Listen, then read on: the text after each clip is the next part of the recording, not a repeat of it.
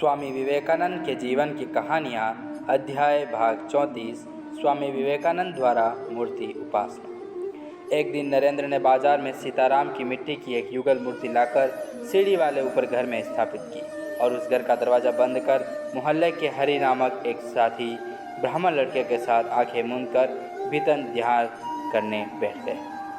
ध्यान में लीन नरेंद्र को समय समय पर ध्यान ही नहीं रहा। इधर बहुत देर से बालक को नहीं देख पाने के कारण घर के सभी लोग व्याकुल हो उठे। चारों ओर हंगामा मच गया था। उसी समय किसी के मन में आया, छत के ऊपर एक बार क्यों न देखा जाए। वहां जाकर देखा तो सीढ़ी घर का दरवाज़ा बंद है। बहुत धक्का देने पर भी दरवाज़ा नहीं खुला तो अंत में उसे तोड़ना पड़ा। ब्राह्मण का बालक तो खुले रास्ते में सांस रोके हुए भाग गया, किंतु नरेंद्र तब भी धीर स्थिर मुदित अवस्था में बैठे रहे। अंत में उनके शरीर को झंझोर कर उनकी चेतना लौटाई गई। कभी कुछ दिन ही बीते थे कि एक विचित्र घटना ने नरेंद्र को अपरिपक्व मन को अत्यधिक आंदोलित कर दिया। हस्तबल के सर्वज्ञानी सईस के समीप बैठकर वे खूब गपशप करते तथा उससे कई अपूर्व कहानियाँ सुना करते। किसी कारण से सईस का दाम्पत्य जीवन सुखमय नहीं हुआ। इसी से वह विवाह के संबंध में कई विरोधी बातें करता रहता था।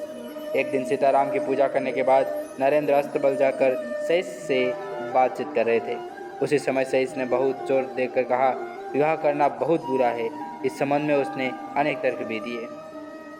यह सुनकर नरेंद्र के मन में आया कि सईस के इस ज्ञान और उपदेश में मान लेने योग्य बहुत कुछ सच्चाई है। उन्होंने भी मन ही मन निर्णय कर लिया कि वे विवाह कभी नहीं करेंगे। किंतु उनके प्रिय सीताराम की मूर्ति का क्या होगा। इतने दिनों तक तो वे उन्हें अति पवित्र युगल मूर्ति की श्रद्धा के साथ पूजा की है और उन दोनों के विमल चरित्र के प्रति भक्ति और श्रद्धा करना सीखा है। अतः एक आदर्शगत अव्यक्त आंदोलन ने उन्हें बाल मन को मत दिया था। निश्चय ही उस समय उनके पूर्व तात्पर्य को उन्होंने दमगम नहीं किया था। कम से कम साधारण बुद्धि से प्रतीत होता है कि उस समय उनके लिए यह संभव नहीं था। तथापि सईस की बात और युगल मूर्ति में एक सिद्धांतहीन असामंजस्य देखकर समस्या से जर्जर उनका हृदय विदीर्ण हो गया और उन्हें रुलाई आ गई। पुत्र की आंखों में आंसू देखकर माँ के द्वारा कारण पूछने पर नरेंद्र पहले चुप रहे थे, फिर फपकने लगे। माँ ने द्वारा पुत्र को गोद में लेकर सांत्वना देने पर अंत में नरेंद्र ने अपने मन की व्यथा कथा सुनाई। बुद्धिमती माँ ने सुनकर हंसते हुए कहा, विले, इसे क्या होता है, तू शिव की पूजा कर। बात मन को भा गई। शाम को धुंधले में दुल्हन किले में वीरेश्वर नरेंद्र नाथ छत पर आ गए और हाथ में सीताराम की मूर्ति लेकर छत के किनारे खड़े हो गए।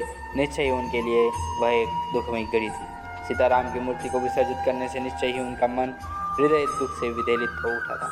संभवतः एक गंभीर दीर्घ विश्वास अनजाने रास्तों से निकलकर शून्य में विलीन हो गया था। दूसरे एक क्षण वह युगल मूर्ति नीचे के कठोर रास्तों पर गिरकर चूर चूर हो गई थी।